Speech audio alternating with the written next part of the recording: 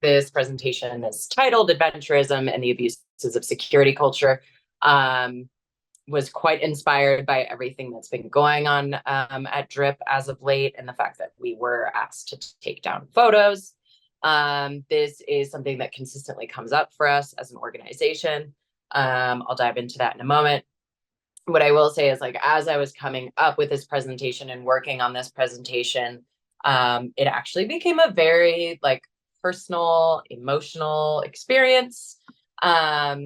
So this topic really kind of became like emotional and personal because I was going through all of these photographs, historic photographs of protests and demonstrations, and looking through our Instagram and everything. And so, while I'll be addressing the themes of adventurism and security culture and all of that, I also want to just highlight the beauty of what media around demonstrations can really show and inspire, and how that can be used to build mass.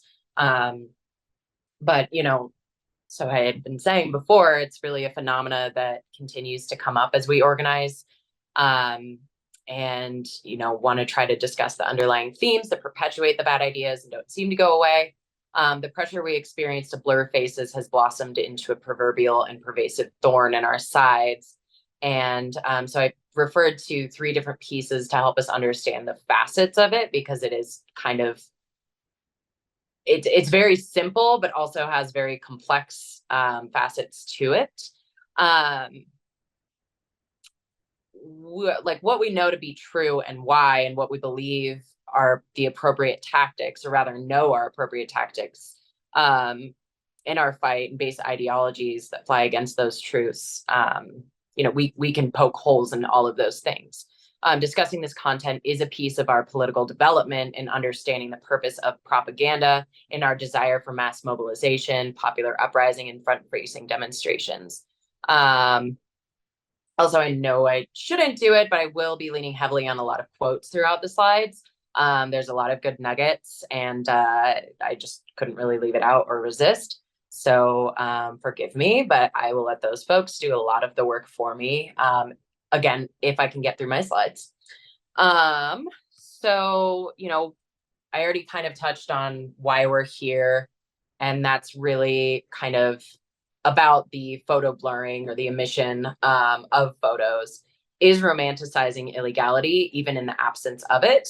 And I'll get into that more deeply, of course, but what I feel like it does ultimately is it obscures and undermines the human spirit of a movement, which hinders its power. And it's also a denial of historical fact as far as what has been able to affect change, whether that be in revolutionary moments, reforms, what have you.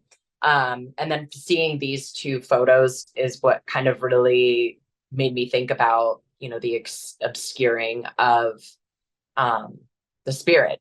Like, it just loses so much character when you see an obscured face. So anyway, the ideas we're fighting do have a basis in other matters, that of adventurism and security culture, and are the reason also for my inclusion of Jason's presentation on the matter. Using that presentation as a source for all of us is an attempt to kind of lay the foundation for understanding our opposing perspectives, and how, while not explicit, the ask to blur faces in photos comes from a fetishization, like I just mentioned, of illegal activity, which in essence is adventurism. I thought his presentation gave a good opportunity to understand that phenomena a little more deeply, so that we can have some more time to discuss our situation. And then Mary's excellent polemic, I do say polemic rather than polemic, highlights our organizational stance on photos and the very grounded theoretical roots from which the practice springs. The use of propaganda, the belief in the necessity of mass, and how something as simple as a photograph is tied into these methods. It's important, I think, that as we continue, we are all aware that this isn't a matter of style or preference, although it's definitely part of it, but as a base political difference that should be highlighted and scrutinized. I want to focus on our organization's position. It being something that continues to come up, it is of importance that comrades understand the scientific principles inherent in the act of taking photos, posting photos, and creating write-ups and propaganda. Now, the seemingly simple practice of putting photos on Instagram actually has an historical root and is part of our tradition contemporarily. When approached with criticisms, we must be able to argue our stance on how this practice applies to the Marxist method.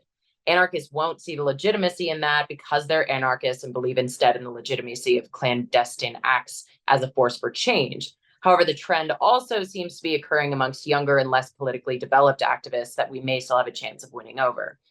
So the knowledge that we'll all glean from Mary's polemic and hopefully the connections I attempt to make tonight might help us in that. I was going to speak on why I included the piece by John Berger because it doesn't seem like immediately connected, perhaps. But I think it's, a really powerful piece, a really inspiring piece. And I think we can certainly make ties to, abuses of security culture and the exact kind of opposite orientation towards the idea of mass. But his article is really speaking to the historical fact of mass demonstrations being like the flowering of revolutionary periods, and the potential that they hold, mass movements being the only demonstrated tactic to actually succeed in winning reforms or challenging the state. The impulse for secrecy is inherently antithetical to our aims for mass mobilization. For those that would like to see us blur faces, there is an inherent rejection of the power of movements, favoring instead the elitism that's held in adventurism and overemphasize security culture. So here I want to kind of contrast the individuality inherent in that like paranoia to the collective nature of mass demonstration. So there's like so much content in this article, and I'd invite anybody to visit our Instagram post from 2020 that is like a dedication to that article amidst the power of the George Floyd rebellion. Adventurism, I'll touch on that real quick, as it was thoroughly discussed in Jason's presentation. If you were able to do the visit the materials beforehand. So it's essentially, illegal activity, primarily acts of terror as the preeminent method of struggle. Lenin here in this quote refers to like their being what he called the socialist revolutionaries. However, the acts that he describes as adventurism are more closely aligned with anarchist practices that we see contemporarily.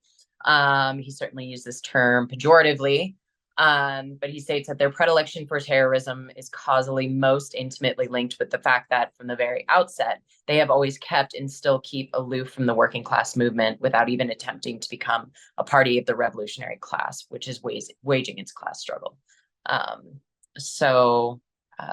Now clandestine acts, whether they be secret projects in the night or bombing a government building, unfortunately fail to address or challenge the system itself, rather making individuals the target.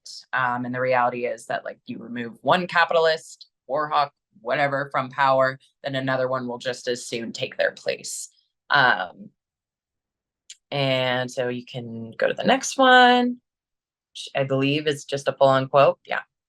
So one of the big things that I didn't point out in the previous slide to the adventurism was kind of the rejection of theory, which is something we see pretty commonly. And that Lenin states that absence of theory deprives a revolutionary trend of the right to existence and inevitably condemns it sooner or later to political bankruptcy. And I think it applies exactly to what we face today. So you can go to the next one. Or rather, okay. So our traditions come out of theoretical historical foundations. Ours, like I mentioned before, is a method of science, scientific socialism. Therefore, we believe in the formula of class struggle and acknowledge the truth of history, which includes action by the masses and by the working class. We practice not impulsive exclusionary acts, but those that work to bring forth class struggle and solidarity. On the other hand, adventurism eschews the involvement of the working class, the only class that can bring capitalism to its knees. So as far as security culture is concerned, I wanted to point out in this photo also that there is someone directly in the corner using a cell phone and filming this person or taking photos of this person, whatever. So we broadly speaking, as anarchists and communists approach the topics of safety and individuality quite differently. So of course, if you're engaging in illegal activity, or rather see illegal activity as the only or primary legitimate tactic, you're going to romanticize it regardless of its presence. Suddenly all protesting becomes scary and dangerous in a way that you like, because maybe you're 19 and from Brookfield, is what we've witnessed often. So it's superseding all of its actual benefits to a need for some fetishized security culture. Kind of the basis being like, if we're not doing anything illegal, why should we hide? Roughly, security culture may be explained as a set of principles designed to keep activists safe.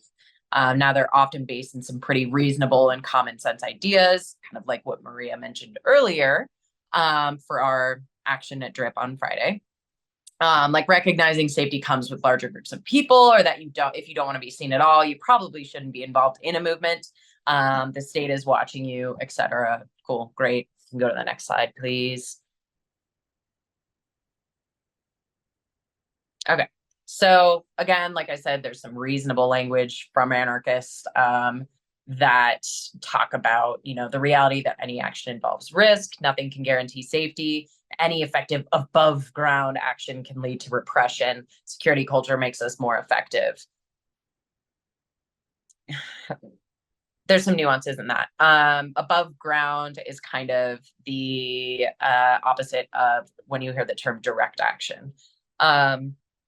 So they also say that one of the main roles of the above ground actions are to be the public face of a movement. It cannot be done if people are constantly trying to hide their identities. Also true. They build numbers and public solidarity by being public and open. And they express support of a given movement in order to attract others. Also true. We protect ourselves through numbers and public solidarity.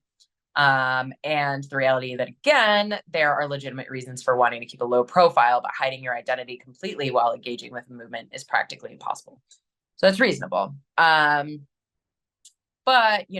again, it seems that, or it happens that in anarchist circles, seemingly due to the exaltation of the propaganda of the deed, which Jason talked about in his presentation, there exists an absolute obsession with OPSEC, i.e. operational security, i.e. security culture.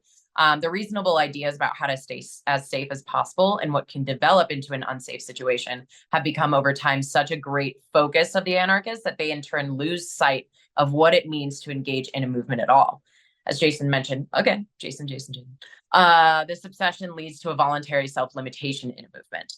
While we have used the advent of social media and technology to advance our struggle, they often see it as a limiting force, seemingly because they can only use Signal. So you go to the next one. This is going to be some like ridiculous shit that I found online. So don't be too predictable in the methods you employ, the targets you choose, or the times and places you meet to discuss things. Perhaps avoid association with above ground organizations and campaigns entirely. Again, there's that isolation, that elitism that comes with it. Developing a private shorthand for communicating with your comrades in public. That means, like signals like this and shit. You don't want a place that can be monitored, so no private residences. You don't want a place where you can be observed altogether. You don't want a place where you can be seen entering and leaving, or that someone could enter unexpectedly, so like a building. And those doing really serious stuff should keep it to themselves, of course, but every community should also have a person or two who vocally advocates and educates about direct action and who can discreetly help trustworthy novices link up with others getting started. So I think there are some definite themes in this. And, honestly, they've kind of taken hold in a reactionary fashion amongst many politically undeveloped or anarcho-leaning participants. And the photo thing is, I believe, kind of a knee-jerk reaction to that. While of course we must maintain diligence and practice safety to the best of our ability, the obsession with anonymity, secrecy, and general lack of trust do nothing but isolate movements, again, making them elite and inaccessible to the masses, those we need in order to succeed. Anything we've gained through mass struggle that is forward-facing, that inspires solidarity and awakens the power of the working class. The request to either take down or obscure photos is quite simply derived from this obsession with quote unquote right activism based on the themes Lenin spoke of in regards to adventurism when applied in our current context. The obsession with law becomes an obsession with the state, thereby increasing its power without it having to do any work. Okay, I think the next slide is my favorite of all of these, though. Okay. Initiating a surprise unpermitted march, for example, everyone hears in advance that the Ana DiFranco performance is going to end in a spontaneous anti-war march, so people can prepare accordingly. But as no one knows whose idea it is, no one can be targeted as an organizer. That one I just, so cringy. I love it. All right, we can go to the next slide. So what are our thoughts? This is when where a lot of Mary's polemic kind of steps in and like really provides an excellent framework for all of this. So I don't really even need to be doing this. But it's a slideshow, so that's fun. So you can go to the next slide, which is actually a Molyneux quote from his criticism of anarchism. So he states that Marxism has always been clear about its goal of international workers' revolution and has tried to assess and think through all strategic and tactical questions from this point of view. Anarchism has always lacked that clarity and has consequently hopped around all over the place, sometimes pulled by the needs of working class, sometimes by other social groups, and sometimes driven by the emotions of its own adherents, i.e. the demand to blur photos or omit photos. You can go to the next slide. So on privacy, to believe that one's privacy can be so protected as to not be witnessed by the state or by any of the thousands of cameras surrounding one is simply preposterous. In Denver alone, there are over 270 Halo cameras, for instance. To engage in any demonstration, to be in public is to be seen. In fact, to protest is a desperate act to be seen. Why should one individual's false sense of privacy take precedence over an entire movement of people clinging to one of the singular powers we have, that to be seen and heard, to force the ruling class to see and hear us? At a demonstration, there will exist participants with phones, non-participants with phones, spectators, and media. Now, of course, everyone wants to feel a sense of privacy in their lives, as privacy cultivates feelings of safety. Given the context provided above, the feeling of privacy in a demonstration can only be fostered by the person themselves and their decisions. If anonymity through Black Bloc makes someone feel stronger sense of privacy at a permitted demonstration hosted by Planned Parenthood, so be it. We will be there with friendly faces, ready to engage in conversation and recruit. We'll take photos of people enjoying themselves and feeling empowered in order to later send the message of our politics on social media at a liberal event. So the next slide, please. So on solidarity, that's also a Diego Rivera painting. Love it. We believe in unity in and through struggle. We believe in the connectedness of those struggles and making ties between all fights for liberation from exploitation and oppression. Now, when we have the materials to show people practicing their collective power, we not only embrace them, we celebrate and amplify them. By standing alongside working class and specially oppressed people in struggle, we are building solidarity. Whisper networks and affinity groups, hiding from public life can only speak of solidarity. The act of sharing media, displaying the power and passion alive within a demonstration garners popular support for a given struggle, thereby growing the numbers of people invested in the outcome of liberation. Would the George Floyd uprisings have spread like wildfire across the globe had it not been for the proliferation of media displaying the beauty of resistance that was taking place? When we remove the face of a movement, we remove the heart. Solidarity requires human connection. And one thing we miss when we cannot witness emotion. Certainly one major thing we miss when we aren't aware of resistance because it is hidden underground, out of our sight. Solidarity that is exclusive and outside of a larger struggle is simply not solidarity. Next slide. So, a couple of other really excellent quotes. One again from Molyneux on the Marxist critique of anarchism is that it is a rather vague, not systematically formulated individualism. It's so often an element in anarchist thinking. Extreme individualism, i.e. the idea of the free individual who pursues only their own aims without any constraint, regardless of others. Lenin states that each time a hero engages in single combat, this arouses in all of us a spirit of struggle and courage, we are told. But we know from the past and see in the present that only new forms of the mass movement or the awakening of new sections of the masses to independent struggle really rouses a spirit of struggle and courage in all.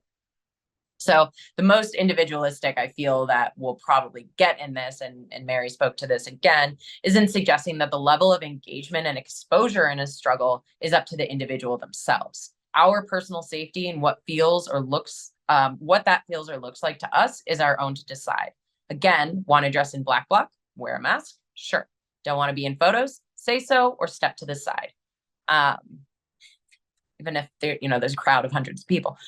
Want to be in photos? Jump forward. Safety is a legitimate and valid desire. We will always do everything in our power to keep each other safe, reasonably safe in the context of a mass movement or a mass demonstration where there will be surveillance, press, and the potential for state violence. Blurring photos or not taking them at all will not achieve the aim of safety. The same goes for small demonstrations held in the public commons. I read that, quote, anarchism is bourgeois individualism in reverse, end quote. The request for blurring or removing photos is the action by an individual stating that their preferences supersede the importance of public activity in a demonstration. The omission of people from our media undercuts the effectiveness of promotion and inclusion. Next slide is around mass. And there are a couple of relevant aspects regarding mass to be argued here. Not to mention the simple reality that amongst a larger group of people, there is more safety. But when a great number of people participate in struggle, political development ensues. So both of these are necessary things, the latter being of some of the greatest import for the success of bringing capitalism to its knees, right? So within the framework of clandestine activity or quote unquote operational security, the importance of mass is obscured and undermined, certainly lessening actual physical safety and discounting the importance of political development amongst all working members of society. This comes down to a difference in the belief of how we win. There continues to be a through line of elitism, denying the ability of the working class to rise up and lead us all to safety through liberation. If we have a desire for safety, we will find it amongst a large demonstration more so. Now, the state may force its hand, which has its risks, of course, and that is what we want. Why gamble it? The more people participating in a demonstration, the safer other prospective participants feel. We aim to highlight the inviting and invigorating nature of a demonstration, such that we might increase numbers, increase reach, and increase safety. The ultimate result of this being the overthrow of the existing order, of course. This then builds our confidence and brings forth the fact of Berger's illustration in the nature of mass demonstrations. Next, please. So on visibility. So again, as I mentioned, to protest is to be seen. It exists to expose the barbarism of a state to be visible. It helps us rehearse. It helps us recruit and foster political development, generate support, thereby generating mass, and it helps build confidence. I might have just said that. In any case, so we don't. It's important to know that we don't condemn the use of illegal tactics entirely. There is a time and place, and the act can be quite powerful, like you'll see here of the city of Minneapolis on fire. Typically, these are acts that come about as a reaction to the conditions being protested, not underground clandestine bombings of state buildings. There must be strategy underlying it. Molyneux brilliantly states that anarchism has had and has today a tendency to make a fetish of direct action, to insist on it to the exclusion of other forms of action, and to disparage other forms of protest. With this goes a tendency to exalt the excitement, danger, courage, and attention-grabbing qualities of direct action above the need to involve and mobilize the masses. In contrast, Marxists view the abuse of direct action as a tactic to be used when, but only when, it contributes to the main goal, which is the raising of confidence, consciousness, and struggle of the mass of the working class. We are able to organize at present. This is another big point on visibility that Mary discussed in her piece. And we must continue to do so openly and recruit while we still can. The best way to do this is with public-facing activity and active engagement with social media, bourgeois news media, interventions and actions in campaigns like ours at the Drip Cafe. So let's celebrate the beauty and the strength that lives in the spirits of working people. And simply, the fact is that we are in a crisis of numbers and we don't have enough people on our side or who are even aware that these organizations exist. We need our message spread. We need to be visible. So the next slide is simply on political development through struggle. I think this is something that we discuss a lot. And Lenin states that a revolutionary period, more than any other, provides material for such verification, thanks to the tremendous speed of political development and the sharpness of political clashes. In a revolutionary period, the old superstructure falls apart, and in full view of everyone, a new one is created by the independent action of the most diverse social forces, which reveal their true nature in practice. So Lenin, of course, and Luxemburg both discuss revolutionary struggle as the greatest way to develop politically. And how is one to develop politically if other people with hidden identities, therefore unrelatable people, are dropping banners with messages that may not really be fully understood and then disappearing? So I think you can go to the next slide. And I just want to read one of the quotes from The Nature of Mass Demonstrations, which is that they enable people to get a sense of their collective power, overcoming the isolation and the atomization that the system tries to oppose. So there need to be forms of action open to people whose consciousness is just developing and who are taking their first, perhaps hesitant steps into the movement. Again, that's why we need to make it visible, to make it inviting and inspiring. You can go to the next slide. And so, what can media do? It can be a great propaganda tool to inspire and invite and educate and empower people. It allows us to share our own narrative and amplify our message. It encourages engagement. It strengthens recruitment efforts. It helps build a movement, we hope. It helps build solidarity and support, and it connects struggles. So the point here is collectivism, right? Well, there's a lot of points, but the need to conceal identities or remove photos is based in individualism, again, elitism, secrecy, and fantasy. Again, a romanticism of illegality and danger. These perspectives weaponize security against the working class, those that the anarchists would sooner dispose of than meaningfully unite with.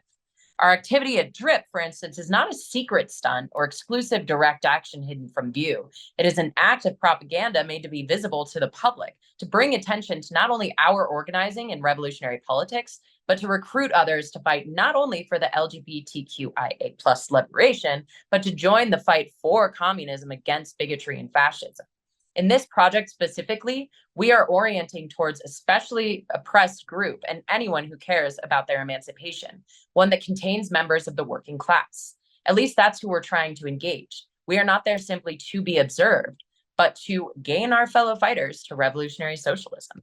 Observation is a helpful tool in our project, one that we will not sacrifice based on the notion that faces should be hidden during perfectly legal activity, as preferred by self-important individuals with distorted or undeveloped politics. In protesting in front of a coffee shop, we are creating a space that people need not feel intimidated or endangered. No laws are being broken and no secrets kept. We are fully there, participating together openly and proudly. Mass demonstrations and revolutionary moments raise class consciousness and develop participants more effectively than anything else, and will take any opportunity to increase our influence and reach, regardless of the setting. It opens us up to the ability to recruit and allows people to become more confident in confrontation and their own sense of power. So we aim to lead towards class consciousness, thereby reaching the point of mass demonstration, mass movement, etc. The obsession with security culture keeps our own movement suppressed. The ruling class doesn't even need to intervene. Only with a mass movement do we force the hand of the state, the hand that is forced when it is threatened. Then the masses will see the abuses of the state. Not so in an individual act of terror or clandestine activity. In those moments, of course, we must be diligent and responsible. Until that moment, hiding in the shadows only keeps us there. We will be unwavering in the fact that regardless of the size of a demonstration or the level of political activity broadly, You can go to the next slide. Our presence at DRIP is a microcosm of a mass demonstration, taking the opportunity in a time where there's not much quote unquote steam for a larger movement, and making the attempt to get people engaged, again, to recruit, build cadre. It is a means for the small number of participants to feel inspired to engage and to fight. In order to increase the presence, in order to gain more fighters, we must make the community aware of what we're doing, preferably showing what good fun it can be. I argue that when we're forced to edit photos or not take photos at all, we are losing the character described in the nature of mass demonstrations. Jason, there's more slides after this. We are losing the humanity that inspires the courage and verb to join others in the street and to bring the fight all the way. So when I mentioned earlier, that's kind of the formal conclusion. But what I mentioned earlier is like kind of going through our social media and finding protest photos and finding propaganda and just being really moved by all of it. And so, one of the things I was thinking about here is like, okay, so the green one, of course, that is about the abortion struggle. This is something that's international, right? But we can use it as a way to connect the struggle in the United States for the same. We're also able to use really powerful photos to encourage engagement through making flyers like this one that Jason so marvelously created. So in the next few slides, and Jason, you can kind of just scroll through those few seconds in between. These are just photos that are from our social media. I kind of wanted to show those to bring home what it is that we do and why. And hopefully, these photos can like bring forth those emotions that we're speaking of and the power, display the power and the art and the creativity and the passion that's shown through photos of protest movements, connecting struggles, like right here, young activists getting engaged and working with us and having really powerful voices. So that's kind of more or less what it is, and we'll finish with the photos. Also want to mention flag burning, cool, dope, whatever. Also, you see all of the media, all of the cameras. It's simply the reality of what we're doing. So yeah, and even in photos where you can't see someone's face, the suggestion that we shouldn't have photos is just preposterous, because look at like the courage displayed. There's a 13-year-old standing in this photo against the police. We're talking about the mass movement for abortion rights. And while that, slowed down in steam, this is an ongoing fight. We don't just stop. So it's like what John Berger talks about with, young or new activists stepping in to their first experiences and learning from those. So I don't know. These are just kind of inspired by John Berger's piece and just our experiences in the street, witnessing these things, and like the beauty and the power that can come from protest photos.